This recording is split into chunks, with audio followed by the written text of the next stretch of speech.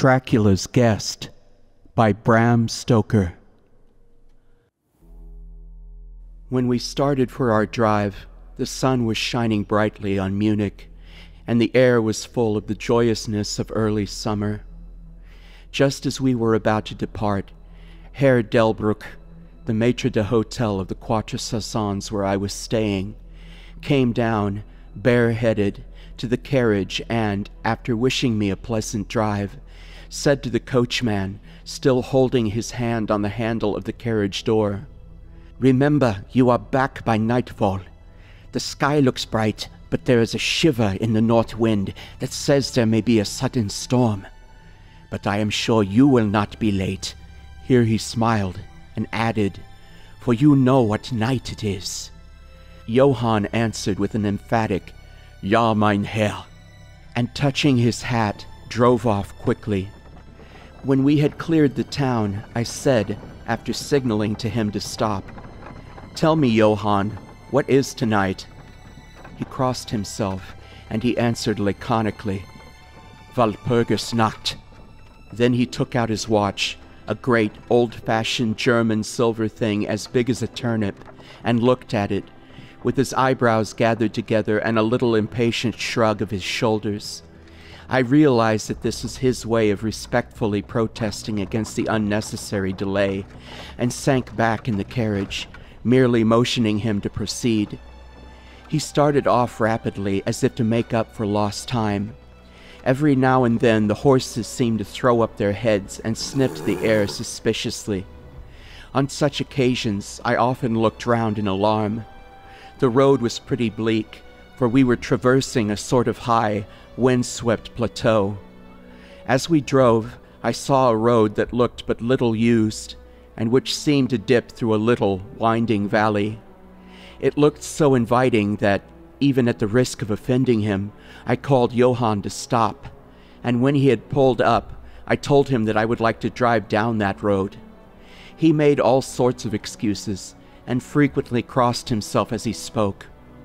This somewhat piqued my curiosity, so I asked him various questions. He answered fencingly, and repeatedly looked at his watch in protest. Finally, I said, "Well, Johann, I want to go down this road. I shall not ask you to come unless you like, but tell me why you do not like to go, that is all I ask." For answer, he seemed to throw himself off the box, so quickly did he reach the ground. Then he stretched out his hands appealingly to me, and implored me not to go. There was just enough of English mixed with the German for me to understand the drift of his talk. He seemed always just about to tell me something, the very idea of which evidently frightened him. But each time he pulled himself up, saying as he crossed himself, "Walpurgisnacht." I tried to argue with him, but it was difficult to argue with a man when I did not know his language. The advantage certainly rested with him, for although he began to speak in English, of a very crude and broken kind, he always got excited and broke into his native tongue, and every time he did so, he looked at his watch. Then the horses became restless and sniffed the air. At this he grew very pale, and looking around in a frightened way, he suddenly jumped forward, took them by the bridles, and led them on some 20 feet. I followed, and asked why he had done this. For answer, he crossed himself, pointed to the spot we had left, and drew his carriage in the direction of the other road, indicating a cross, and said, first in German, then in English, "Buried him what killed themselves." I remembered the old custom of burying suicides at crossroads. "Ah, I see, a suicide. How interesting." But for the life of me I could not make out why the horses were frightened. Whilst we were talking, we heard a sort of sound between a yelp and a bark. It was far away, but the horses got very restless, and it took Johann all his time to quiet them. He was pale and said, "It sounds like a wolf, but yet there are no wolves here now." "No?" I said, questioning him. "Isn't it long since the wolves were so near the city?" "Long," he answered. "In the spring and summer, but with the snow, the wolves have been here not so long." Whilst he was petting the horses and trying to quiet them, dark clouds drifted rapidly across the sky. The sunshine passed away, and a breath of cold wind seemed to drift past us. It was only a breath, however, and more in the nature of a warning than a fact, for the sun came out brightly again. Johann looked under his lifted hand at the horizon and said, "The storm of snow he comes before long time." Then he looked at his watch again, and straightway holding his reins firmly, for the horses were still pawing the ground restlessly and shaking their heads, he climbed to his box as though the time had come for proceeding on our journey. I felt a little obstinate, and did not at once get into the carriage. "Tell me," I said, "about this place where the road leads," and I pointed down. Again he crossed himself and mumbled a prayer before he answered, "It is unholy." "What is unholy?" I inquired. "The village." "Then there is a village?" No one lives there hundreds of years." My curiosity was piqued. "But you said there was a village." "There was." "Where is it now?"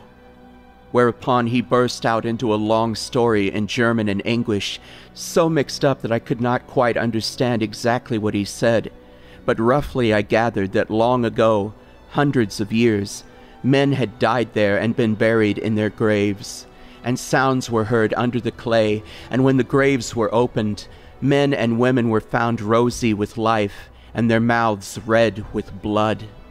And so, in haste to save their lives, aye, and their souls, and here he crossed himself, those who were left fled away to other places, where the living lived, and the dead were dead, and not something. He was evidently afraid to speak the last words. As he proceeded with his narration, he grew more and more excited. It seemed as if his imagination had got hold of him, and he ended in a perfect paroxysm of fear, white-faced, perspiring, trembling, and looking round him, as if expecting that some dreadful presence would manifest itself there in the bright sunshine on the open plain.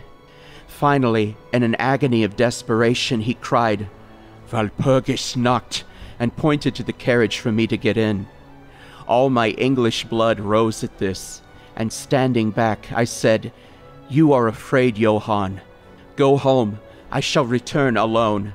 The walk will do me good." The carriage door was open. I took from my seat my oak walking stick, which I always carried on my holiday excursions, and closed the door, pointing back to Munich, and said, "Go home, Johann. Walpurgisnacht doesn't concern Englishmen." The horses were now more restive than ever, and Johann was trying to hold them in, while excitedly imploring me not to do anything so foolish. I pitied the poor fellow. He was so deeply in earnest. But all the same, I could not help laughing. His English was quite gone now.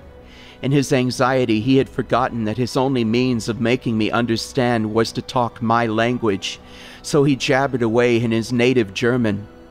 It began to be a little tedious. After giving the direction, "Home," I turned to go down the crossroad into the valley. With a despairing gesture, Johann turned his horses toward Munich. I leaned on my stick and looked after him. He went slowly along the road for a while. Then there came over the crest of the hill a man tall and thin. I could see so much in the distance. When he drew near the horses, they began to jump and kick about, then to scream with terror. Johann could not hold them in. They bolted down the road, running away madly. I watched them out of sight, then looked for the stranger, but I found that he, too, was gone.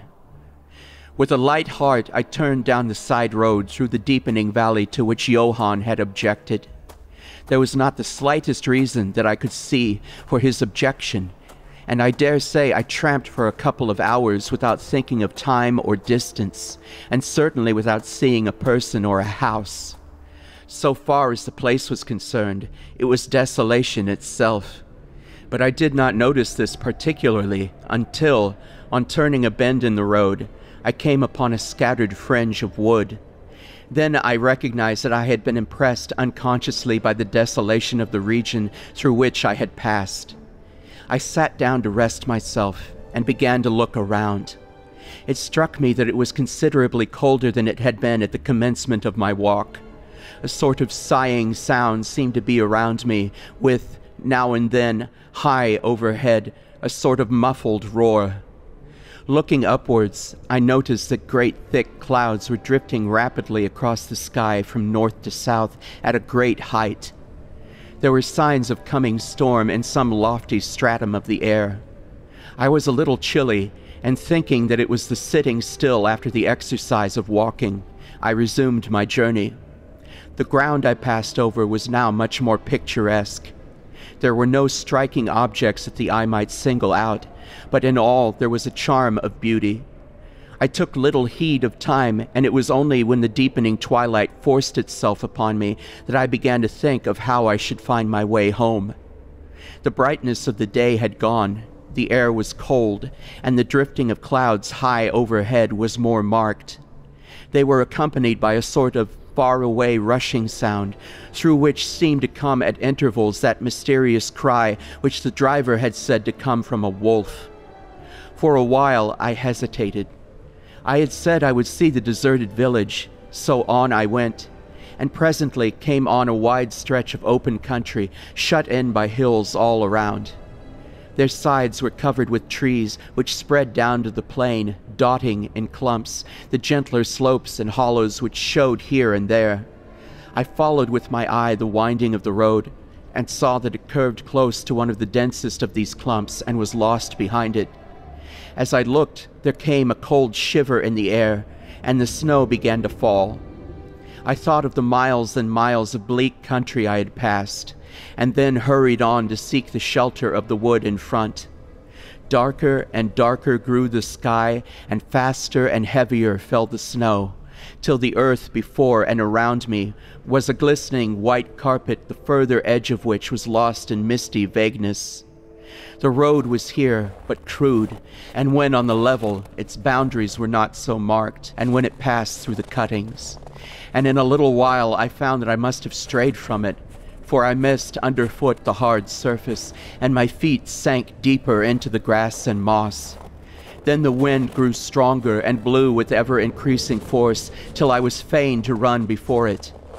The air became icy cold, and in spite of my exercise, I began to suffer. The snow was now falling so thickly and whirling around me in such rapid eddies that I could hardly keep my eyes open.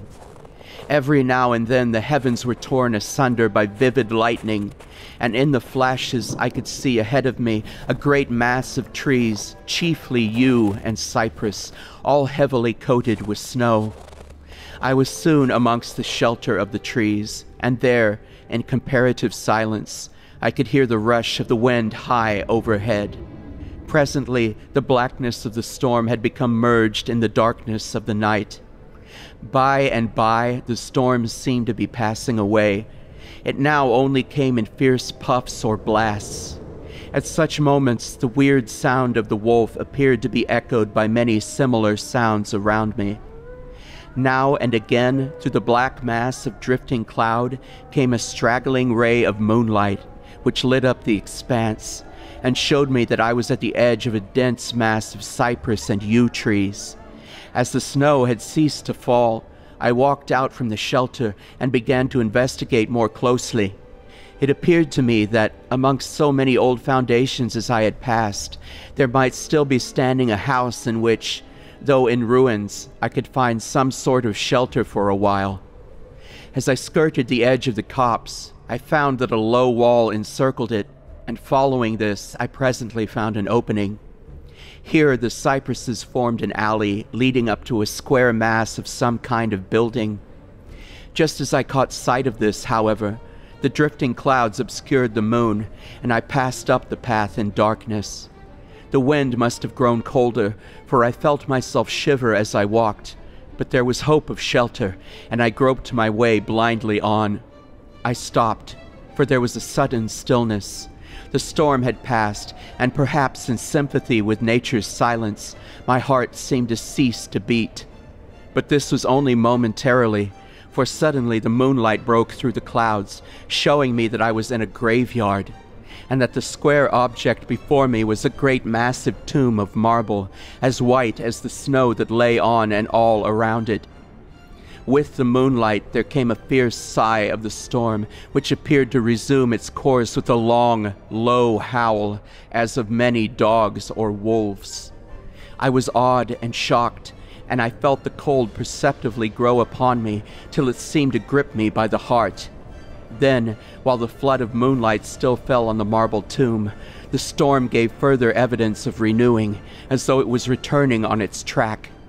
Impelled by some sort of fascination, I approached the sepulchre to see what it was, and why such a thing stood alone in such a place. I walked around it, and read, over the Doric door in German, Countess Doligen of Graz, in Styria, sought and found death, 1801. On the top of the tomb, seemingly driven through the solid marble, for the structure was composed of a few vast blocks of stone, was a great iron spike, or stake. On going to the back, I saw graven in great Russian letters, "The dead travel fast." There was something so weird and uncanny about the whole thing that it gave me a turn and made me feel quite faint. I began to wish for the first time that I had taken Johann's advice. Here a thought struck me, which came under almost mysterious circumstances and with a terrible shock. This was Walpurgis Night. Walpurgis Night, when, according to the belief of millions of people, the devil was abroad, when the graves were opened and the dead came forth and walked, when all evil things of earth and air and water held revel. This very place the driver had specially shunned. This was the depopulated village of centuries ago. This was where the suicide lay, and this was the place where I was alone, unmanned, shivering with cold in a shroud of snow, with a wild storm gathering again upon me. It took all my philosophy, all the religion I had been taught, all my courage, not to collapse in a paroxysm of fright. And now a perfect tornado burst upon me.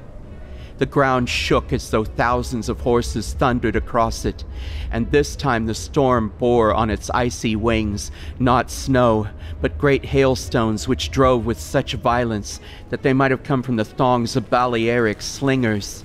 Hailstones that beat down leaf and branch and made the shelter of the cypresses of no more avail than though their stems were standing corn. At the first I had rushed to the nearby tree, but I was soon fain to leave it and seek the only spot that seemed to afford refuge, the deep Doric doorway of the marble tomb. There, crouching against the massive bronze door, I gained a certain amount of protection from the beating of the hailstones, for now they only drove against me as they ricocheted from the ground and the side of the marble. As I leaned against the door, it moved slightly and opened inwards.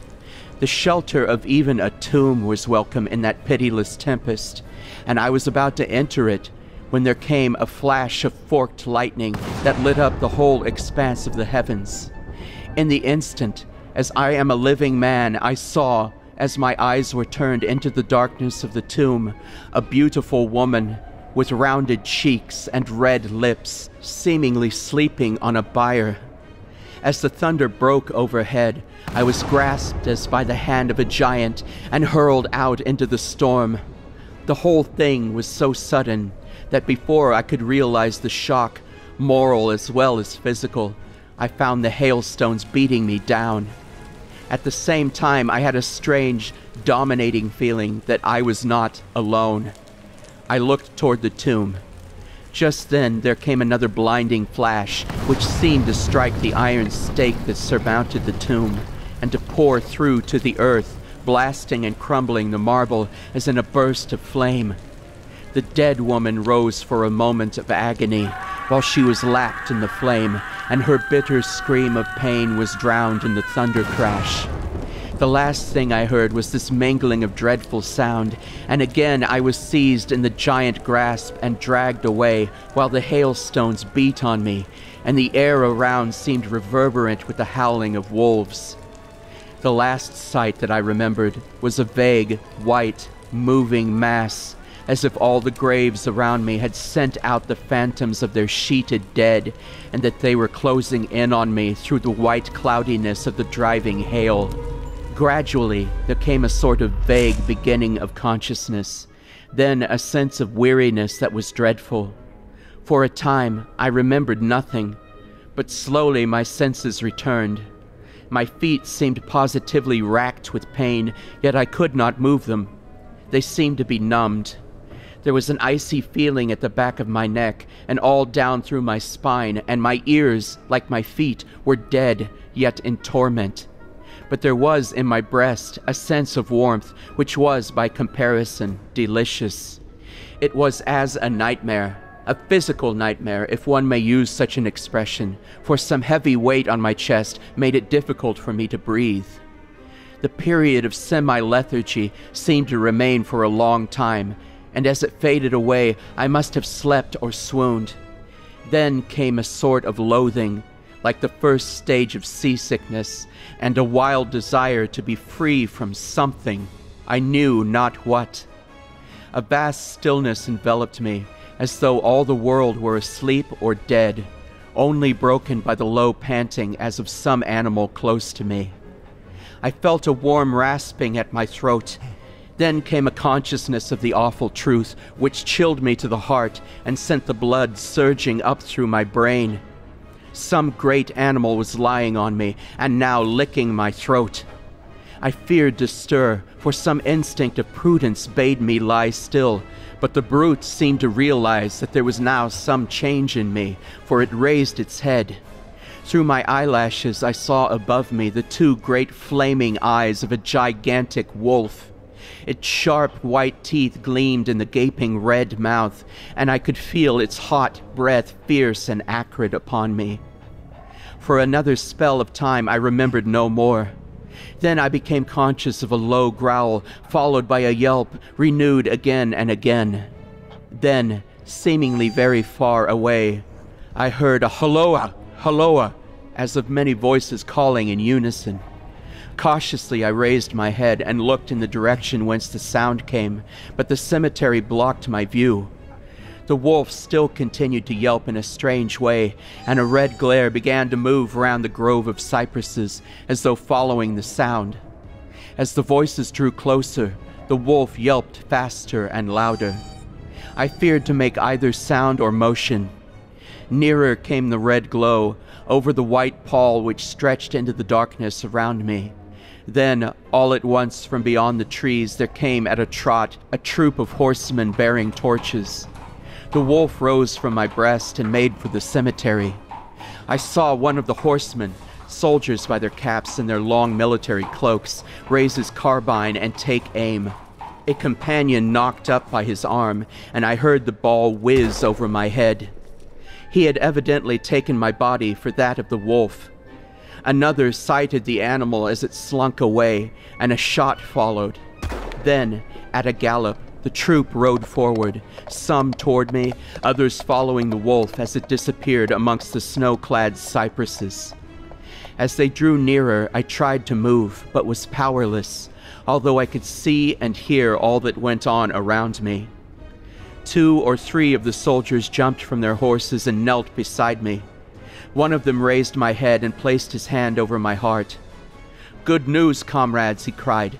"His heart still beats." Then some brandy was poured down my throat. It put vigor into me, and I was able to open my eyes fully and look around.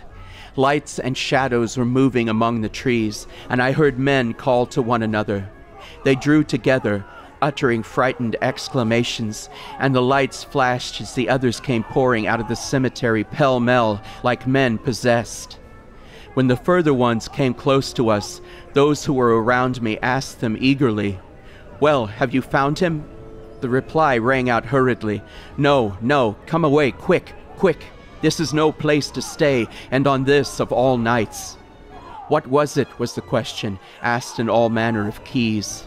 The answer came variously and all indefinitely, as though the men were moved by some common impulse to speak, yet were restrained by some common fear from giving their thoughts.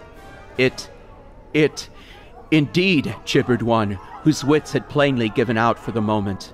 A wolf, and yet not a wolf, another put in shudderingly.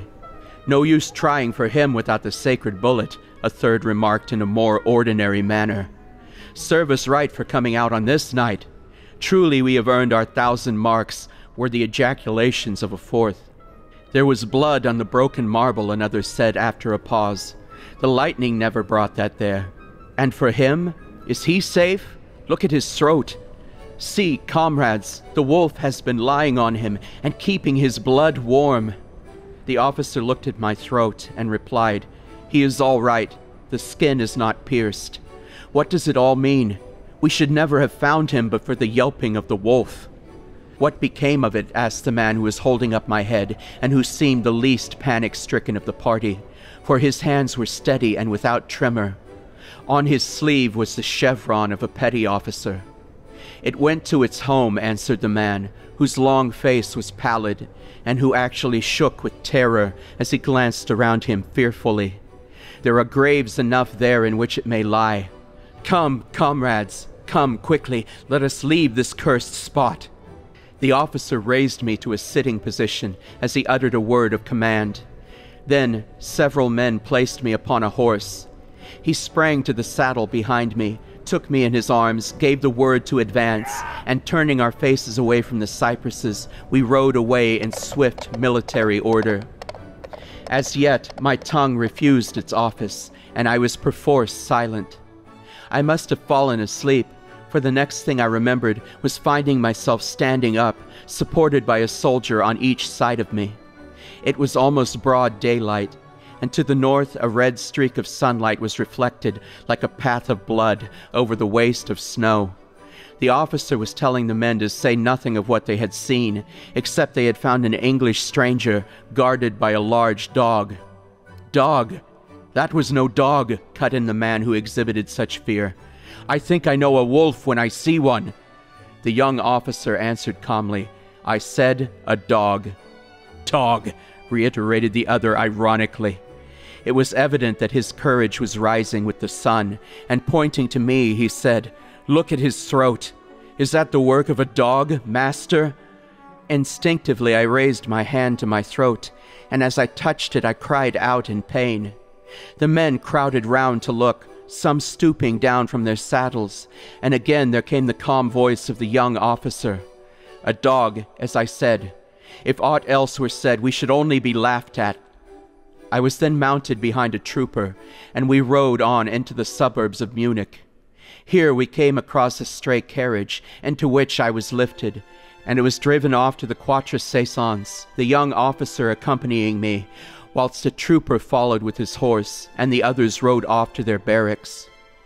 When we arrived, Herr Delbruck rushed so quickly down the steps to meet me that it was apparent he had been watching within. Taking me by both hands, he solicitously led me in. The officer saluted me and was turning to withdraw, when I recognized his purpose and insisted that he should come to my rooms. Over a glass of wine, I warmly thanked him and his brave comrades for saving me. He replied simply that he was more than glad, and that Herr Delbruck had at the first taken steps to make all the searching party pleased, at which ambiguous utterance the maitre d'hotel smiled, while the officer pleaded duty and withdrew. But Herr Delbruck, I inquired, how and why was it that the soldiers searched for me? He shrugged his shoulders, as if in depreciation of his own deed, as he replied, I was so fortunate as to obtain leave from the commander of the regiment in which I served to ask for volunteers. But how did you know I was lost? I asked. The driver came hither with the remains of his carriage, which had been upset when the horses ran away. But surely you would not send a search party of soldiers merely on this account. Oh, no, he answered. But even before the coachman arrived, I had this telegram from the boyar whose guest you are. And he took from his pocket a telegram which he handed to me, and I read, Be careful of my guest. His safety is most precious to me. Should aught happen to him, or if he be missed, spare nothing to find him and ensure his safety. He is English, and therefore adventurous. There are often dangers from snow and wolves and night. Lose not a moment if you suspect harm to him. I answer your zeal with my fortune. Dracula. As I held the telegram in my hand, the room seemed to whirl around me, and, if the attentive maitre d'hotel had not caught me, I think I should have fallen. There was something so strange in all this, something so weird and impossible to imagine, that there grew on me a sense of my being in some way the sort of opposite forces, the mere vague idea of which seemed in a way to paralyze me. I was certainly under some form of mysterious protection. From a distant country had come, in the very nick of time, a message that took me out of the danger of the snow sleep and the jaws of the wolf.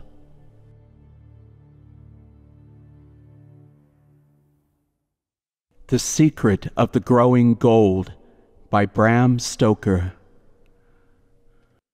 When Margaret Delandre went to live at Brent's Rock, the whole neighborhood awoke to the pleasure of an entirely new scandal. Scandals in connection with either the Delandre family or the Brents of Brent's Rock were not few. And if the secret history of the country had been written in full, both names would have been found well represented. It is true that the status of each was so different that they might have belonged to different continents, or to different worlds for the matter of that, for hitherto their orbits had never crossed. The Brents were accorded by the whole section of the country a unique social dominance, and had ever held themselves as high above the yeoman class to which Margaret Delandre belonged, as a blue-blooded Spanish hidalgo outtops his peasant tenantry. The Delandres had an ancient record, and were proud of it in their way as the Brents were of theirs. But the family had never risen above yeomanry, and although they had once been well-to-do in the good old times of foreign wars and protection, their fortunes had withered under the scorching of the free trade sun and the piping times of peace. They had, as the elder members used to assert, stuck to the land, with the result that they had taken root in it, body and soul. In fact, they, having chosen the life of vegetables, had flourished as vegetation does, blossomed and thrived in the good season, and suffered in the bad. Their holding, Dander's Croft, seemed to have been worked out, and to be typical of the family which had inhabited it. The latter had declined generation after generation, sending out now and again some abortive shoot of unsatisfied energy in the shape of a soldier or sailor, who had worked his way to the minor grades of the services and had there stopped, cut short either from unheeding gallantry in action or from that destroying cause to men without breeding or youthful care, the recognition of a position above them which they feel unfitted to fill. So, little by little, the family dropped lower and lower, the men brooding and dissatisfied and drinking themselves into the grave, the women drudging at home or marrying beneath them, or worse.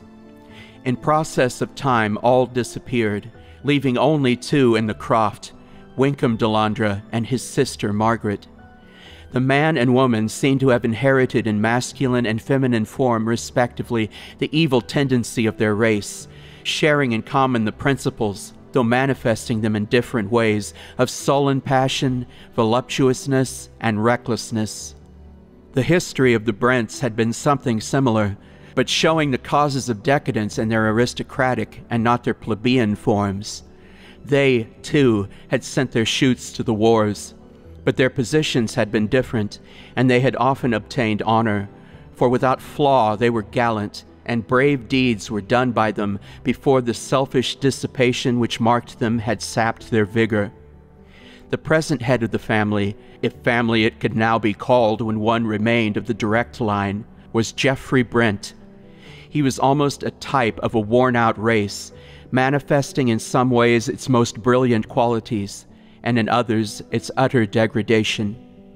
He might be fairly compared with some of those antique Italian nobles whom the painters have preserved to us with their courage, their unscrupulousness, their refinement of lust and cruelty, the voluptuary actual with the fiend potential.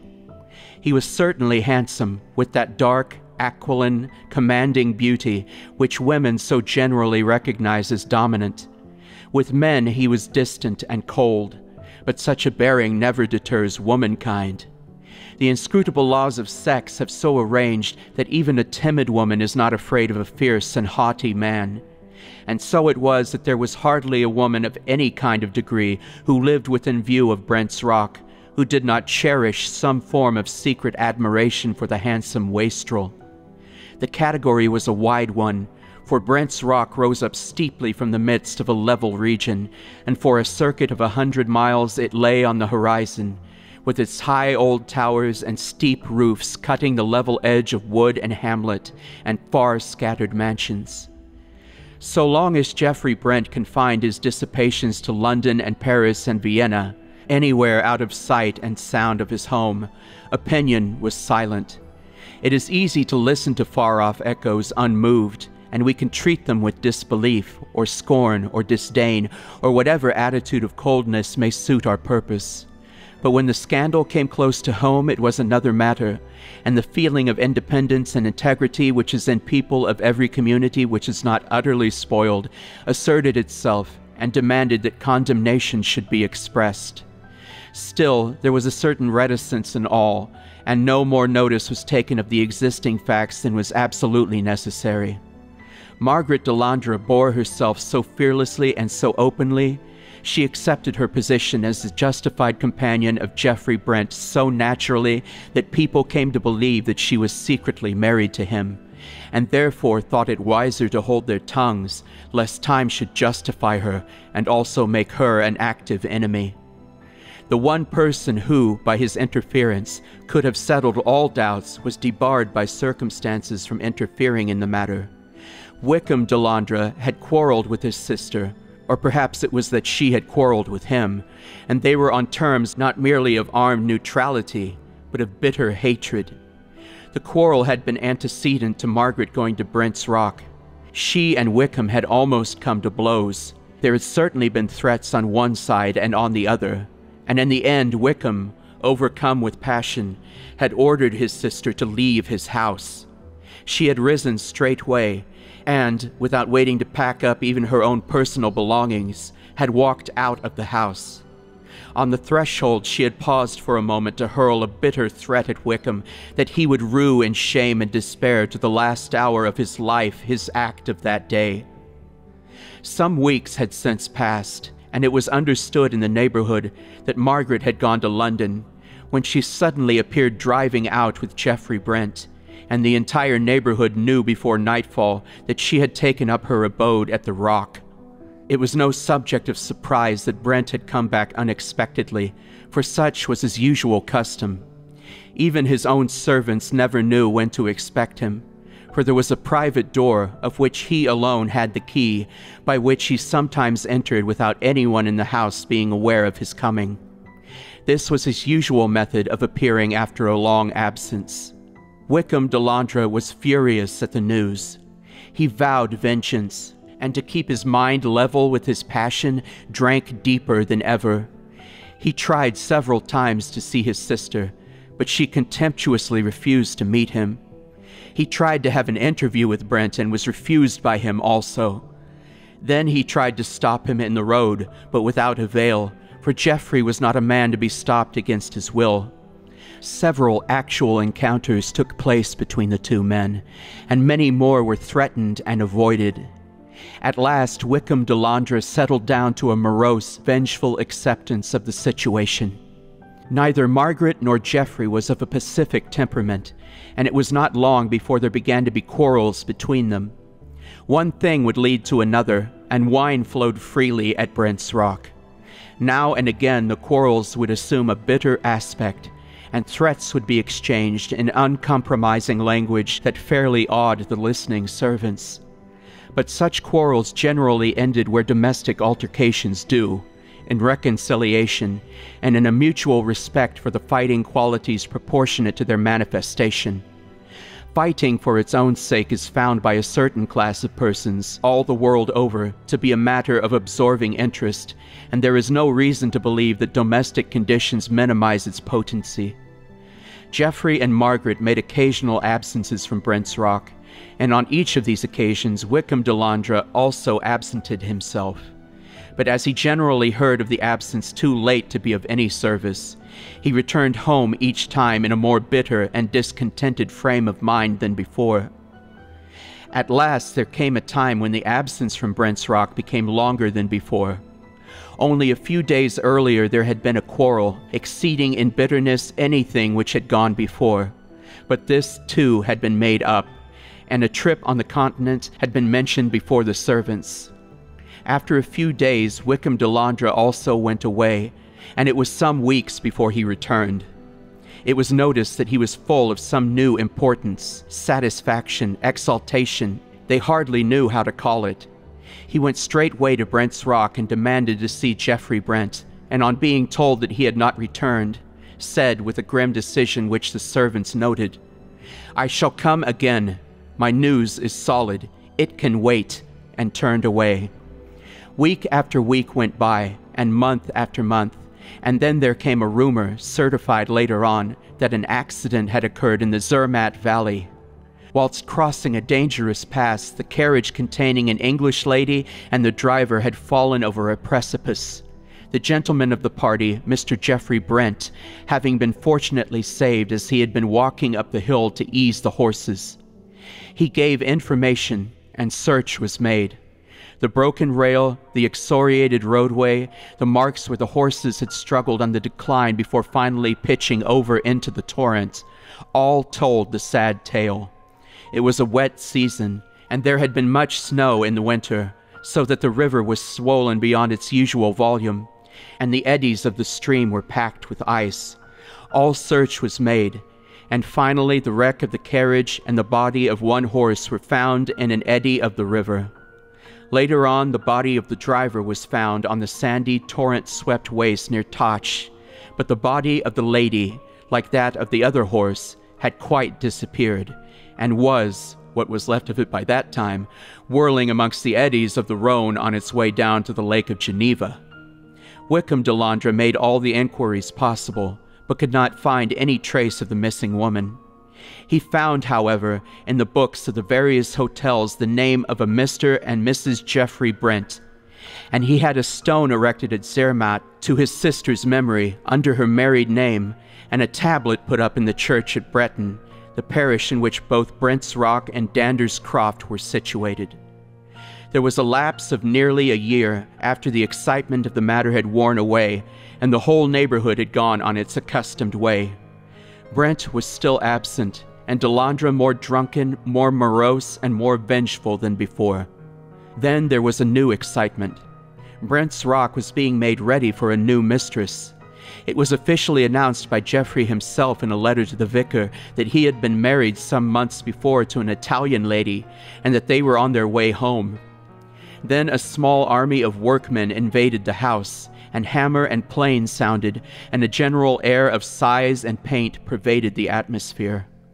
One wing of the old house, the south, was entirely redone, and then the great body of the workmen departed, leaving only materials for the doing of the old hall where Geoffrey Brent should have returned, where he had directed that the decoration was only to be done under his own eyes. He had brought with him accurate drawings of a hall and the house of his bride's father, for he wished to reproduce for her the place to which she had been accustomed. As the molding all had to be redone, some scaffolding poles and boards were brought in and laid on one side of the great hall, and also a great wooden tank or box for mixing the lime, which was laid in bags beside it. When the new mistress of Brent's Rock arrived, the bells of the church rang out, and there was a general jubilation. She was a beautiful creature, full of the poetry and fire and passion of the South, and the few English words which she had learned were spoken in such a sweet and pretty broken way that she won the hearts of the people almost as much by the music of her voice as by the melting beauty of her dark eyes. Geoffrey Brent seemed more happy than he had ever before appeared, but there was a dark, anxious look on his face that was new to those who knew him of old, and he started at times as though at some noise that was unheard by others. And so months passed, and the whisper grew that at last Brent's Rock was to have an heir. Geoffrey was very tender to his wife, and the new bond between them seemed to have softened him. He took more interest in his tenants and their needs than he had ever done, and works of charity on his part as well as on his sweet young wife's were not lacking. He seemed to have set all his hopes on the child that was coming, and as he looked deeper into the future, the dark shadow that had come over his face seemed to die gradually away. All this time, Wickham Delandre nursed his revenge. Deep in his heart had grown up a purpose of revenge which only waited an opportunity to crystallize and take a definite shape. His vague idea was somehow centered in the wife of Brent, for he knew that he could strike him best through those he loved, and the coming time seemed to hold in its womb the opportunity for which he longed. One night he sat alone in the living room of his house. It had once been a handsome room in its way, but time and neglect had done their work, and it was now little better than a ruin, without dignity or picturesqueness of any kind. He had been drinking heavily for some time, and was more than half stupefied. He thought he heard a noise, as of someone at the door, and looked up. Then he called, half savagely, to come in, but there was no response. With a muttered blasphemy, he renewed his potations. Presently he forgot all around him, sank into a daze, but suddenly awoke to see standing before him someone or something like a battered, ghostly edition of his sister. For a few minutes there came upon him a sort of fear. The woman before him, with distorted features and burning eyes, seemed hardly human, and the only thing that seemed a reality of his sister as she had been was her wealth of golden hair, and this was now streaked with gray. She eyed her brother with a long, cold stare, and he, too, as he looked and began to realize the actuality of her presence, found the hatred of her which he had had once again surging up in his heart. All the brooding passion of the past year seemed to find a voice at once as he asked her, "Why are you here? You're dead and buried." "I am here, Wickham Delandre, for no love of you, but because I hate another even more than I do you." A great passion blazed in her eyes. "Him?" he asked, in so fierce a whisper that even the woman was for an instant startled till she regained her calm. "Yes, him," she answered, "but make no mistake, my revenge is my own, and I merely use you to help me to it." Wickham asked suddenly, "Did he marry you?" The woman's distorted face broadened out into a ghastly attempt at a smile. It was a hideous mockery, for the broken features and seamed scars took strange shapes and strange colors, and queer lines of white showed out as the straining muscles pressed on the old cicatrices. "So you would like to know. It would please your pride to feel that your sister was truly married. Well, you shall not know. That was my revenge on you, and I do not mean to change it by a hair's breadth. I have come here tonight simply to let you know that I am alive, so that if any violence be done me where I am going, there may be a witness." "Where are you going?" demanded her brother. "That is my affair, and I have not the least intention of letting you know." Wickham stood up, but the drink was on him, and he reeled and fell. As he lay on the floor, he announced his intention of following his sister, and with an outburst of splenetic humor, told her that he would follow her through the darkness by the light of her hair and of her beauty. At this she turned on him, and said that there were others beside him that would rue her hair and her beauty too.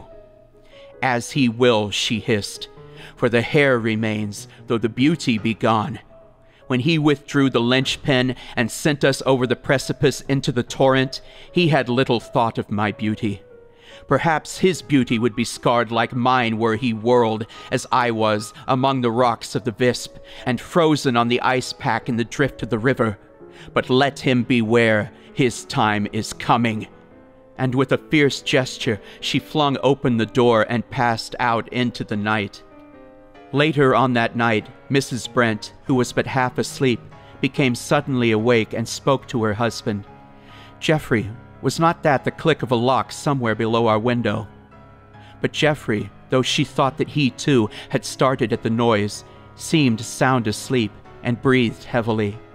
Again Mrs. Brent dozed, but this time awoke to the fact that her husband had arisen and was partially dressed. He was deadly pale, and when the light of the lamp which he had in his hand fell on his face, she was frightened at the look in his eyes. "What is it, Geoffrey? What dost thou?" she asked. "Hush, little one," he answered in a strange, hoarse voice. "Go to sleep. I am restless and wish to finish some work I left undone." "Bring it here, my husband," she said. "I am lonely, and I fear when thou art away." For reply, he merely kissed her and went out, closing the door behind him. She lay awake for a while, and then nature asserted itself, and she slept. Suddenly she started broad awake with the memory in her ears of a smothered cry from somewhere not far off. She jumped up and ran to the door and listened, but there was no sound. She grew alarmed for her husband and called out, "Geoffrey! Geoffrey!" After a few moments the door of the great hall opened, and Geoffrey appeared at it, but without his lamp. "Hush," he said in a sort of whisper, and his voice was harsh and stern. "Hush, get to bed. I am working and must not be disturbed. Go to sleep and do not wake the house." With a chill in her heart, for the harshness of her husband's voice was new to her, she crept back to bed and lay there trembling, too frightened to cry, and listened to every sound. There was a long pause of silence, and then the sound of some iron implement striking muffled blows. Then there came the clang of a heavy stone falling, followed by a muffled curse. Then a heavy dragging sound, and then more noise of stone on stone. She lay all the while in an agony of fear, and her heart beat dreadfully. She heard a curious sort of scraping sound, and then there was silence. Presently the door opened gently, and Geoffrey appeared. His wife pretended to be asleep, but through her eyelashes she saw him wash from his hands something white that looked like lime. In the morning he made no allusion to the previous night, and she was afraid to ask any question. From that day there seemed some shadow over Geoffrey Brent. He neither ate nor slept as he had been accustomed, and his former habit of turning suddenly as though someone were speaking from behind him revived. The old hall seemed to have some kind of fascination for him. He used to go there many times in the day, but grew impatient if anyone, even his wife, entered it. When the building's foreman came to inquire about continuing his work, Geoffrey was out driving. The man went into the hall, and when Geoffrey returned, the servant told him of his arrival and where he was. With a frightful oath, he pushed the servant aside and hurried up to the old hall. The workman met him almost at the door, and as Geoffrey burst into the room, he ran against him. The man apologized. "Beg pardon, sir, but I was just going out to make some inquiries. I directed 12 sacks of lime to be sent here, but I see there are only 10. "Damn the 10 sacks and the 12 too," was the ungracious and incomprehensible rejoinder. The workman looked surprised and tried to turn the conversation. "I see, sir, there is a little matter which our people must have done, but the governor will of course see it set right at his own cost." "What do you mean?" "That there hearthstone, sir. Some idiot must have put a scaffold pole on it and cracked it right down the middle, and it's thick enough you'd think to stand anything." Geoffrey was silent for quite a minute, and then said in a constrained voice and with much gentler manner, "Tell your people that I am not going on with the work in the hall at the present. I want to leave it as it is for a while longer." "All right, sir. I'll send up a few of our chaps to take away these poles and lime bags and tidy the place up a bit." "No, no," said Geoffrey. "Leave them where they are. I shall send and tell you when you are to go on with the work." So the foreman went away, and his comment to his master was, "I'd send the bill in, sir, for the work already done. Appears to me that money's a little shaky in that quarter." Once or twice Delandre tried to stop Brent on the road, and, at last, finding that he could not attain his object, rode after the carriage, calling out, "What has become of my sister, your wife?" Geoffrey lashed his horses into a gallop, and the other, seeing from his white face and from his wife's collapse almost into a faint that his object was attained, rode away with a scowl and a laugh. That night, when Geoffrey went into the hall, he passed over to the great fireplace, and all at once started back with a smothered cry. Then, with an effort, he pulled himself together and went away, returning with a light. He bent down over the broken hearthstone to see if the moonlight falling through the storied window had in any way deceived him. Then, with a groan of anguish, he sank to his knees. There, sure enough, through the crack in the broken stone, was protruding a multitude of threads of golden hair just tinged with gray. He was disturbed by a noise at the door, and looking round, saw his wife standing in the doorway. In the desperation of the moment, he took action to prevent discovery, and lighting a match at the lamp, stooped down and burned away the hair that rose through the broken stone. Then, rising nonchalantly as he could, he pretended surprise at seeing his wife beside him. For the next week he lived in an agony, for, whether by accident or design, he could not find himself alone in the hall for any length of time. At each visit, the hair had grown afresh through the crack, and he had to watch it carefully lest his terrible secret should be discovered. He tried to find a receptacle for the body of the murdered woman outside the house, but someone always interrupted him, and once, when he was coming out of the private doorway, he was met by his wife, who began to question him about it, and manifested surprise that she should not have before noticed the key which he now reluctantly showed her. Geoffrey dearly and passionately loved his wife, so that any possibility of her discovering his dread secrets, or even of doubting him, filled him with anguish, and after a couple of days had passed, he could not help coming to the conclusion that, at least, she suspected something. That very evening, she came into the hall after her drive, and found him there, sitting moodily by the deserted fireplace. She spoke to him directly. "Geoffrey, I have been spoken to by that fellow Delandre, and he says horrible things. He tells to me that a week ago his sister returned to his house, the wreck and ruin of her former self, with only her golden hair as of old, and announced some fell intention. He asked me where she is, and, oh, Geoffrey, she is dead. She is dead. So how can she have returned? Oh, I am in dread, and I know not where to turn." For answer, Geoffrey burst into a torrent of blasphemy which made her shudder. He cursed Delandre and his sister and all their kind, and in especial he hurled curse after curse on her golden hair. "Oh, hush, hush," she said, and was then silent, for she feared her husband when she saw the evil effect of his humor. Geoffrey, in the torrent of his anger, stood up and moved away from the hearth, but suddenly stopped as he saw a new look of terror in his wife's eyes. He followed their glance, and then he, too, shuddered, for there, on the broken hearthstone, lay a golden streak as the points of the hair rose through the crack. "Look, look," she shrieked. "Is it some ghost of the dead? Come away, come away!" And seizing her husband by the wrist with the frenzy of madness, she pulled him from the room. That night she was in a raging fever.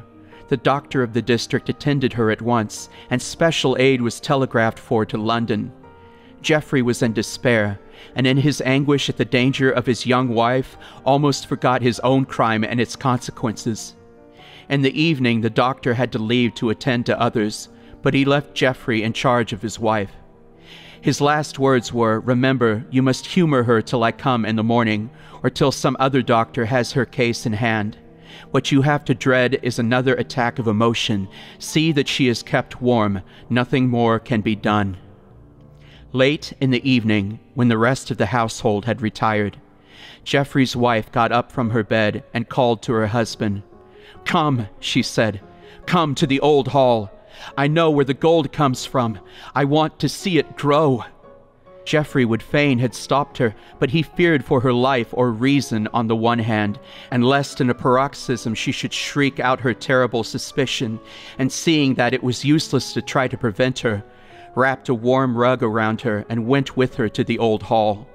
When they entered, she turned and shut the door and locked it tight. "We want no strangers amongst us three tonight," she whispered with a wan smile. "We three? Nay, we are but two," said Geoffrey with a shudder. He feared to say more. "Sit here," said his wife as she put out the light. "Sit here by the hearth and watch the gold growing. The silver moonlight is jealous. See, it steals along the floor toward the gold. Our gold. Geoffrey looked with growing horror and saw that during the hours that had passed, the golden hair had protruded further through the broken hearthstone. He tried to hide it by placing his feet over the broken place, and his wife, drawing her chair beside him, leant over and laid her head on his shoulder. "Now, do not stir, dear," she said. "Let us sit still and watch. We shall find the secret of the growing gold." He passed his arm round her and sat silent, and as the moonlight stole along the floor, she sank to sleep. He feared to wake her, and so sat silent and miserable as the hours stole away. Before his horror-struck eyes, the golden hair from the broken stone grew and grew, and as it increased, so his heart got colder and colder, till at last he had not power to stir, and sat with eyes full of terror, watching his doom. In the morning, when the London doctor came, neither Geoffrey nor his wife could be found. Search was made in all the rooms, but without avail. As a last resource, the great door of the old hall was broken open, and those who entered saw a grim and sorry sight. There, by the deserted hearth, Geoffrey Brent and his young wife sat cold and white and dead. Her face was peaceful, and her eyes were closed in sleep. But his face was a sight that made all who saw it shudder, for there was on it a look of unutterable horror. The eyes were open and stared glassily at his feet, which were twined with tresses of golden hair, streaked with gray, which came through the broken hearthstone.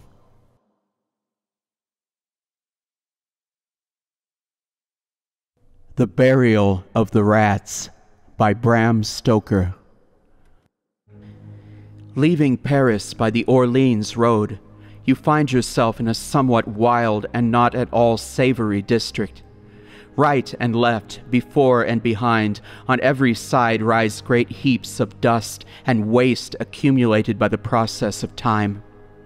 Paris has its night as well as its day life, and the sojourner who enters his hotel in the Rue de Rivoli or the Rue Saint-Honore late at night, or leaves it early in the morning, can guess, in coming near Montrouge, if he has not done so already, the purpose of those great wagons that look like boilers on wheels which he finds halting everywhere as he passes. Every city has its peculiar institutions created out of its own needs, and one of the most notable institutions of Paris is its rag-picking population. In the early morning, and Parisian life commences at an early hour, may be seen in most streets standing on the pathway opposite every court and alley and between every few houses, as still in some American cities, even in parts of New York, large wooden boxes into which the domestics or tenement holders empty the accumulated dust of the past day. Round these boxes gather and pass on, when the work is done, to fresh fields of labor and pastures new, squalid, hungry-looking men and women, the implements of whose craft consist of a coarse bag or basket slung over the shoulder, and a little rake with which they may turn over and probe and examine in the minutest manner the dustbins. They pick up and deposit in their baskets, by aid of their rakes, whatever they may find, with the same facility as one might use chopsticks. Paris is a city of centralization, and centralization and classification are closely allied. In the early times, when centralization is becoming a fact, its forerunner is classification. All things which are similar or analogous become grouped together, and from the grouping of groups rises one whole or central point. We see radiating many long arms with innumerable tentaculi, and in the center rises a gigantic head with a comprehensive brain and keen eyes to look on every side, and ears sensitive to hear, and a voracious mouth to swallow. Other cities resemble all the birds and beasts and fishes whose appetites and digestions are normal. Paris alone is the analogical apotheosis of the octopus. It fairly represents the devilfish. and in no respects is the resemblance more curious than in the similarity of the digestive apparatus. Those intelligent tourists who, having surrendered their individuality into the hands of Messrs. Cook or Gaze, do Paris in 3 days, are often puzzled to know how it is that the dinner which in London would cost about 6 shillings can be had for 3 francs in a café in the Palais Royal. They need have no more wonder if they will but consider the classification which is a theoretic speciality of Parisian life, and adopt all round the fact from which the chiffonnier has its genesis. The Paris of 1850 was not like the Paris of today, and those who see the Paris of Napoleon and Baron Haussmann can hardly realize the existence of the state of things 45 years ago. Among other things, however, which have not changed are the districts where the waste is gathered. Dust is dust all the world over, in every age, and the family likeness of dust heaps is perfect. The traveler, therefore, who visits the environs of Montrouge can go back in fancy without difficulty to the year 1850. In this year, I was making a prolonged stay in Paris. I was very much in love with a young lady who, though she returned my passion, so far yielded to the wishes of her parents that she had promised not to see me or to correspond with me for a year. I, too, had been compelled to accede to these conditions under a vague hope of parental approval. During the term of probation, I had promised to remain out of the country and not to write to my dear one until the expiration of the year. Naturally, the time went heavily with me. There was no one of my own family or circle who could tell me of Alice, and none of her own folk had, I am sorry to say, sufficient generosity to send me even an occasional word of comfort regarding her health and well-being. I spent 6 months wandering around Europe, but as I could find no satisfactory distraction in travel, I determined to come to Paris, where, at least, I would be within easy hail of London in case any good fortune should call me thither before the appointed time. That hope deferred maketh the heart sick was never better exemplified than in my case, for in addition to the perpetual longing to see the face I loved, there was always with me a harrowing anxiety lest some accident should prevent me showing Alice in due time that I had, throughout the long period of probation, been faithful to her trust and my own love. Thus, every adventure which I undertook had a fierce pleasure of its own, for it was fraught with possible consequences greater than it would have ordinarily borne. Like all travelers, I exhausted the places of most interest in the first month of my stay, and was driven in the second month to look for amusement whithersoever I might. Having made sundry journeys to the better-known suburbs, I began to see that there was a terra incognita, insofar as the guidebook was concerned, in the social wilderness lying between these attractive points. Accordingly, I began to systemize my researches, and each day took up the thread of my exploration at the place where I had, on the previous day, dropped it. In process of time, my wanderings led me near Montrouge, and so I determined to investigate philosophically the chiffonnier, his habitat, his life, and his means of life. The job was an unsavory one, difficult of accomplishment, and with little hope of adequate reward. However, despite reason, obstinacy prevailed, and I entered into my new investigation with a keener energy than I could have summoned to aid me in any investigation leading to any end, valuable or worthy. One day, late in a fine afternoon, toward the end of September, I entered the Holy of Holies of the City of Dust. The place was evidently the recognized abode of a number of chiffonniers, for some sort of arrangement was manifested in the formation of the dust heaps near the road. I passed amongst these heaps, which stood like orderly sentries, determined to penetrate further and trace dust to its ultimate location. As I passed along, I saw behind the dust heaps a few forms that flitted to and fro, evidently watching with interest the advent of any stranger to such a place. Presently, I got into what seemed like a small city or community of chiffonniers. There were a number of shanties or huts, such as may be met with in the remote parts of the bog of Allen. rude places with wattled walls, plastered with mud and roofs of rude thatch made from stable refuse. Such places as one would not like to enter for any consideration, and which, even in watercolor, could only look picturesque if judiciously treated. In the midst of these huts was one of the strangest adaptations, I cannot say habitations, I have ever seen. An immense old wardrobe, the colossal remnant of some boudoir of Charles VII or Henry II, had been converted into a dwelling house. The double doors lay open, so that the entire menage was open to public view. In the open half of the wardrobe was a common sitting room of some 4 feet by 6, in which sat, smoking their pipes round a charcoal brazier, no fewer than 6 old soldiers of the First Republic, with their uniforms torn and worn threadbare.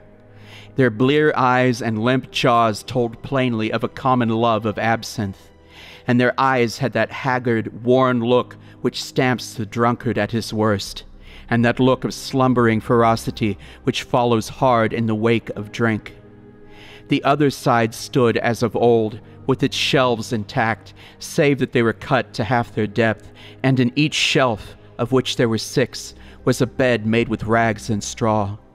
The half-dozen of worthies who inhabited this structure looked at me curiously as I passed, and when I looked back after going a little way, I saw their heads together in a whispered conference. I did not like the look of this at all, for the place was very lonely, and the men looked very, very villainous. However, I did not see any cause for fear, and went on my way, penetrating further and further into the Sahara. The way was tortuous to a degree, and from going round in a series of semicircles, as one goes in skating with the Dutch roll, I got rather confused with regard to the points of the compass. When I had penetrated a little way, I saw, as I turned the corner of a half-made heap, sitting on a heap of straw, an old soldier with threadbare coat. "Hello," said I to myself, "the First Republic is well represented here in its soldiery." As I passed him, the old man never even looked up at me. Again I remarked to myself, "See what a life of rude warfare can do. This old man's curiosity is a thing of the past." When I had gone a few steps, however, I looked back suddenly, and saw that curiosity was not dead, for the veteran had raised his head, and was regarding me with a very queer expression. He seemed to me to look very like one of the 6 worthies in the press. When he saw me looking, he dropped his head, and without thinking further of him, I went on my way, satisfied that there was a strange likeness between these old warriors. Presently, I met another soldier in a similar manner. He, too, did not notice me whilst I was passing. By this time it was getting late in the afternoon, and I began to think of retracing my steps. Accordingly, I turned to go back, but could see a number of tracks leading between different mounds, and could not ascertain which of them I should take. In my perplexity, I wanted to see someone of whom to ask the way, but could see no one. I determined to go on a few mounds further, and so try to see someone, not a veteran. I gained my object, for after going a couple of 100 yards, I saw before me a single shanty such as I had seen before, with, however, the difference that this was not one for living in, but merely a roof with 3 walls open in front. From the evidences which the neighborhood exhibited, I took it to be a place for sorting. Within it was an old woman, wrinkled and bent with age. She rose as I came close, and I asked her my way. She immediately commenced a conversation, and it occurred to me that here, in the very center of the kingdom of dust, was the place to gather details of the history of Parisian rag-picking, particularly as I could do so from the lips of one who looked like the oldest inhabitant. I began my enquiries, and the old woman gave me most interesting answers. She had sat daily before the guillotine and had taken an active part among the women who signalized themselves by their violence in the Revolution. While we were talking, she said suddenly, "But monsieur must be tired standing," and dusted a rickety old stool for me to sit down. I hardly liked to do so for many reasons, But the poor old woman was so civil that I did not like to run the risk of hurting her by refusing, and moreover, the conversation of one who had been at the taking of Bastille was so interesting that I sat down, and so our conversation went on. While we were talking, an old man, older and more bent and wrinkled even than the woman, appeared from behind the shanty. "Here is Pierre," said she. "Monsieur can hear stories now if he wishes, for Pierre was in everything, from the Bastille to Waterloo." The old man took another stool at my request, and we plunged into a sea of revolutionary reminiscences. This old man, albeit clothed like a scarecrow, was like any one of the 6 veterans. I was now sitting in the center of the low hut, with the woman on my left hand and the man on my right, each of them being somewhat in front of me. The place was full of all sorts of curious objects of lumber, and of many things that I wished far away. In one corner was a heap of rags which seemed to move from the number of vermin it contained, and in the other a heap of bones whose odor was something shocking. Every now and then, glancing at the heaps, I could see the gleaming eyes of some of the rats which infested the place. These loathsome objects were bad enough, but what looked even more dreadful was an old butcher's axe with an iron handle stained with clots of blood leaning up against the wall on the right-hand side. Still, these things did not give me much concern. The talk of the 2 old people was so fascinating that I stayed on till the evening came and the dust heaps threw dark shadows over the veils between them. After a time, I began to grow uneasy. I could not tell how or why, but somehow I did not feel satisfied. Uneasiness is an instinct and means warning. The psychic faculties are often the sentries of the intellect, and when they sound alarm, the reason begins to act, although perhaps not consciously. This was so with me.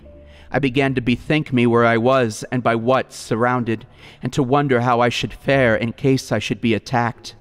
And then the thought suddenly burst upon me, although without any overt cause, that I was in danger. Prudence whispered, "Be still and make no sign." And so I was still and made no sign, for I knew that 4 cunning eyes were on me. 4 eyes, if not more. My God, what a horrible thought! The whole shanty might be surrounded on 3 sides with villains.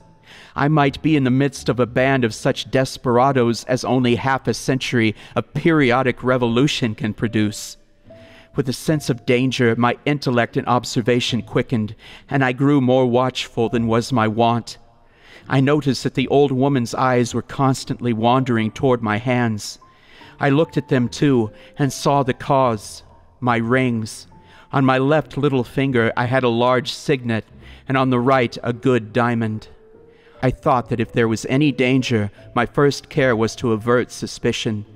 Accordingly, I began to work the conversation round to rag-picking, to the drains of the things found there, and so by easy stages to jewels.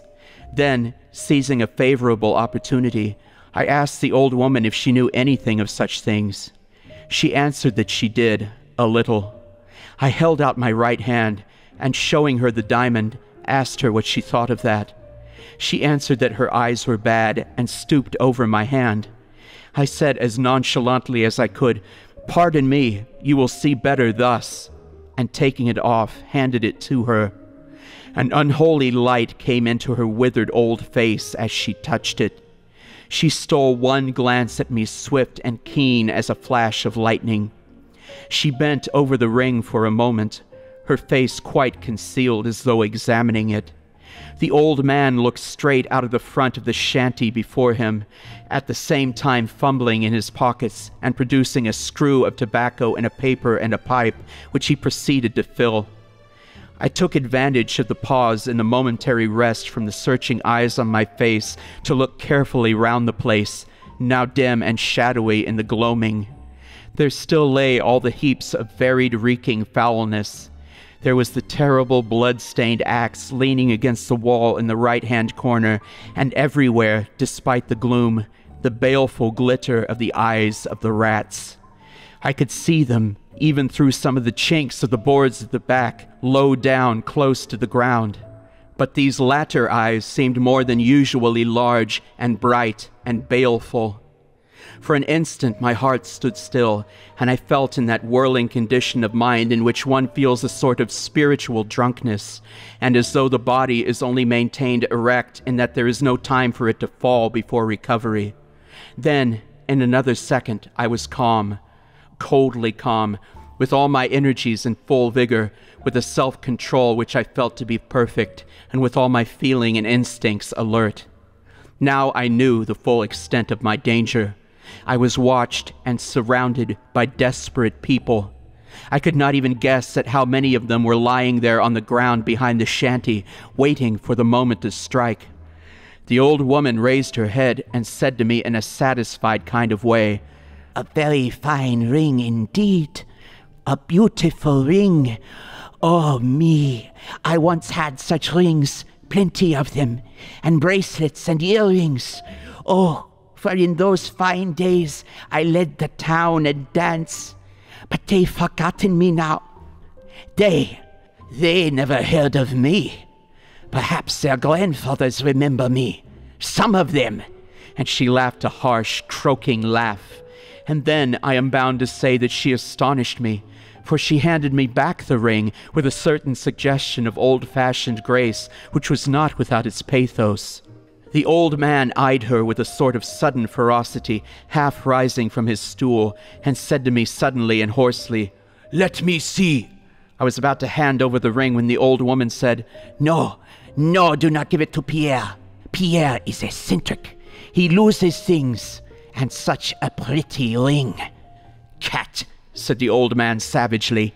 Suddenly, the old woman said, rather more loudly than was necessary, "Wait, I shall tell you something about the ring." There was something in the sound of her voice that jarred upon me. Perhaps it was my hypersensitiveness, wrought up as I was to such a pitch of nervous excitement, but I seemed to think that she was not addressing me. As I stole a glance round the place, I saw the eyes of the rats in the bone heaps, but missed the eyes along the back. But even as I looked, I saw them again appear. The old woman's weight had given me a respite from attack, and the men had sunk back to their reclining posture. "I once lost a ring, a beautiful diamond hoop that had belonged to a queen, and which was given to me by a farmer of the Texas, who afterwards cut his throat because I sent him away. I thought it must have been stolen, and taxed my people, but I could get no trace. The police came and suggested that it had found its way to the drain. We descended, I in my fine clothes, for I would not trust them with my beautiful ring. I know more of the drain since then, and of rats too.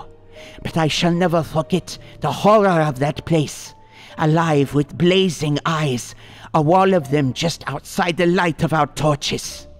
Well, we got beneath my house. We searched the outlet of the drain, and there, in the filth, found my ring, and we came out. But we found something else also before we came.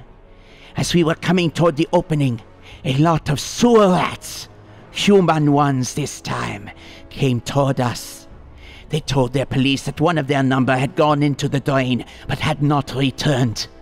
He had gone in only shortly before we had, and, if lost, could hardly be far off. They asked help to seek him, so we turned back. They tried to prevent me going, but I insisted. It was a new excitement, and had I not recovered my ring? Not far did we go till we came on something. There was but little water, and the bottom of the drain was raised with brick, rubbish, and much matter of the kind. He had made a fight for it, even when his torch had gone out. But they were too many for him. They had not been long about it. The bones were still warm, but they were picked clean. They had even eaten their own dead ones, and there were bones of rats as well as of the man. They took it cool enough, those others, the human ones, and joked of their comrade when they found him dead, though they would have helped him living. Bah! What matters it, life or death? "And had you no fear?" I asked her. "Fear," she said with a laugh. Me have fear? Ask Pierre. But I was younger then, and as I came through that horrible drain with its wall of greedy eyes, always moving with the circle of the light from the torches, I did not feel easy. I kept on before the men, though. It is a way I have. I never let the men get it before me. All I want is a chance and a means. And they ate him up. Took every trace away except the bones. And no one knew it. Nor no sound of him was ever heard. Here she broke into a chuckling fit of the ghastliest merriment which it was ever my lot to hear and see. A great poetess describes her heroine singing. Oh, to see or hear her singing, scarce I know which is the divinest. And I can apply the same idea to the old crone, and all the same divinity, for I scarce could tell which was more the hellish, the harsh, malicious, satisfied, cruel laugh, or the leering grin, and the horrible square opening of the mouth like a tragic mask, and the yellow gleam of the few discolored teeth and the shapeless gums. In that laugh, and with that grin, and the chuckling satisfaction, I knew as well as if it had been spoken to me in words of thunder that my murder was sealed, and the murderers only bided the proper time for its accomplishment. I could read between the lines of her gruesome story the commands to her accomplices.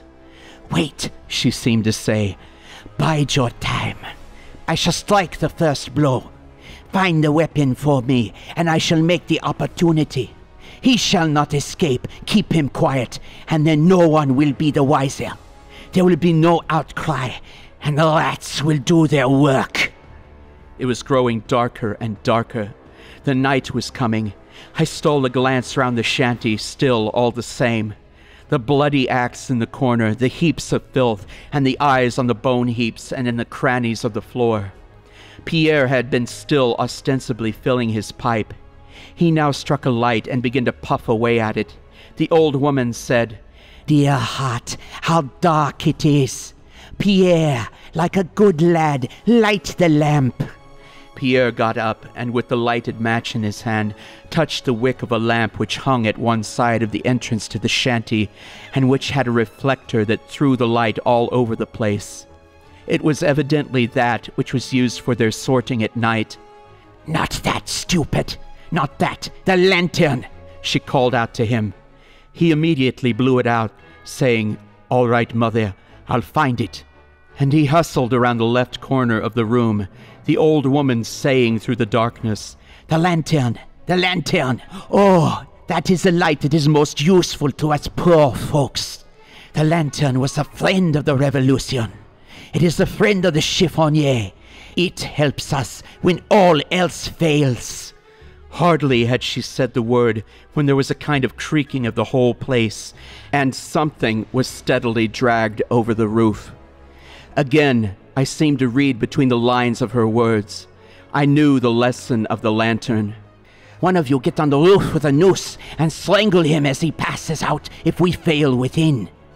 As I looked out of the opening, I saw the loop of a rope outlined black against the lurid sky. I was now, indeed, beset. Pierre was not long in finding the lantern. I kept my eyes fixed through the darkness on the old woman. Pierre struck his light, and by its flash I saw the old woman raise from the ground beside her where it had mysteriously appeared, and then hide in the folds of her gown a long, sharp knife or dagger. It seemed to be like a butcher's sharpening iron, fine to a keen point. The lantern was lit. Bring it here, Pierre, she said. Place it in the doorway where we can see it. See how nice it is. It shuts out the darkness from us. It is just right. Just right for her and her purposes.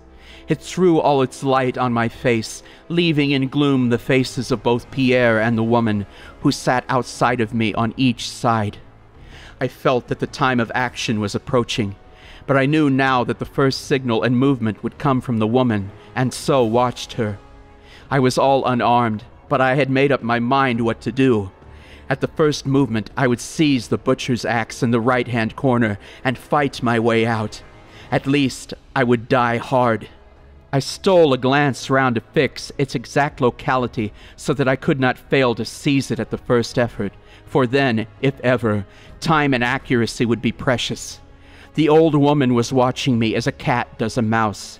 She had her right hand hidden in the folds of her gown, clutching, I knew, that long, cruel-looking dagger. Had she seen any disappointment in my face, she would, I felt, have known that the moment had come, and would have sprung on me like a tigress, certain of taking me unprepared. I looked out into the night, and there I saw new cause for danger. Before and around the hut were at a little distance some shadowy forms. They were quite small, but I knew they were all alert and on guard. Small chance for me now in that direction. Again I stole a glance round the place. In moments of great excitement and of great danger, which is excitement, the mind works very quickly, and the keenness of the faculties which depend on the mind grow in proportion. I now felt this. In an instant, I took in the whole situation. I saw that the axe had been taken through a small hole made in one of the rotten boards. How rotten they must be to allow of such a thing being done without a particle of noise. The hut was a regular murder trap, and was guarded all around. A garroter laid on the roof, ready to entangle me with his noose if I should escape the dagger of the old hag. In front, the way was guarded by I know not how many watchers, and at the back was a row of desperate men. I had seen their eyes through the crack in the boards of the floor when last I looked, as they lay prone waiting for the signal to start erect. If it was to be ever, now for it. As nonchalantly as I could, I turned slightly on my stool so as to get my right leg well under me. Then, with a sudden jump, turning my head and guarding it with my hands, and with the fighting instinct of the knights of old, I breathed my lady's name and hurled myself against the back wall of the hut. Watchful as they were, the suddenness of my movements surprised both Pierre and the old woman. As I crashed through the rotten timbers, I saw the old woman rise with a leap like a tiger and heard her low gasp of baffled rage. My feet lit on something that moved, and as I jumped away, I knew that I had stepped on the back of one of the row of men lying on their faces outside the hut. I was torn with nails and splinters, but otherwise unhurt. Breathless, I rushed up the mound in front of me, hearing as I went the dull crash of the shanty as it collapsed into a mass. It was a nightmare climb. The mound, though but low, was awfully steep, and with each step I took the mass of dust and cinders tore down with me and gave way under my feet. The dust rose and choked me. It was sickening, fetid, awful. But my climb was, I felt, for life or death, and I struggled on. The seconds seemed hours, but the few moments I had in starting, combined with my youth and strength, gave me a great advantage, and though several forms struggled after me in deadly silence, which was more dreadful than any sound, I easily reached the top.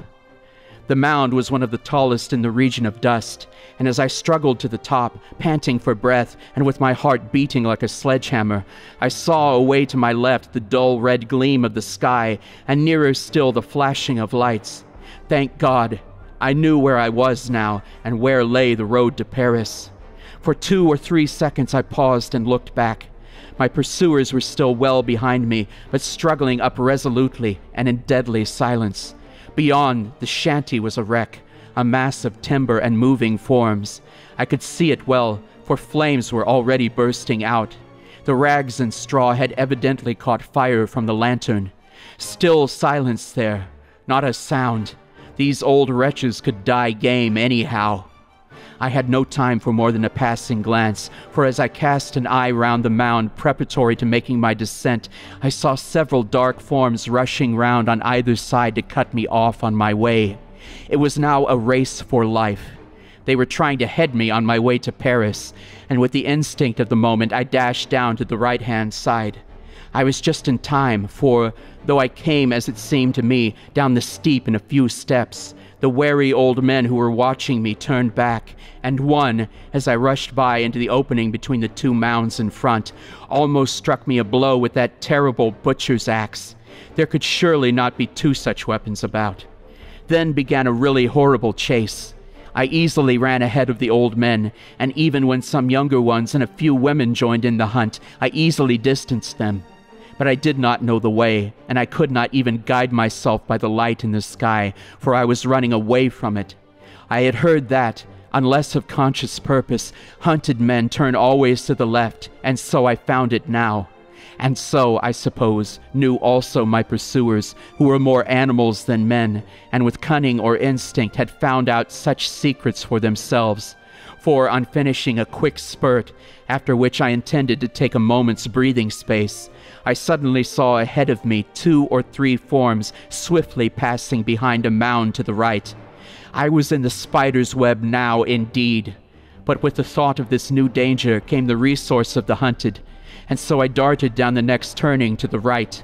I continued in this direction for some 100 yards, and then, making a turn to the left again, felt certain that I had, at any rate, avoided the danger of being surrounded, but not of pursuit, for on came the rabble after me, steady, dogged, relentless, and still in grim silence. In the greater darkness, the mounds seemed now to be somewhat smaller than before, although, for the night was closing, they looked bigger in proportion. I was now well ahead of my pursuers, so I made a dart up the mound in front. Oh, joy of joys! I was close to the edge of this inferno of dust heaps.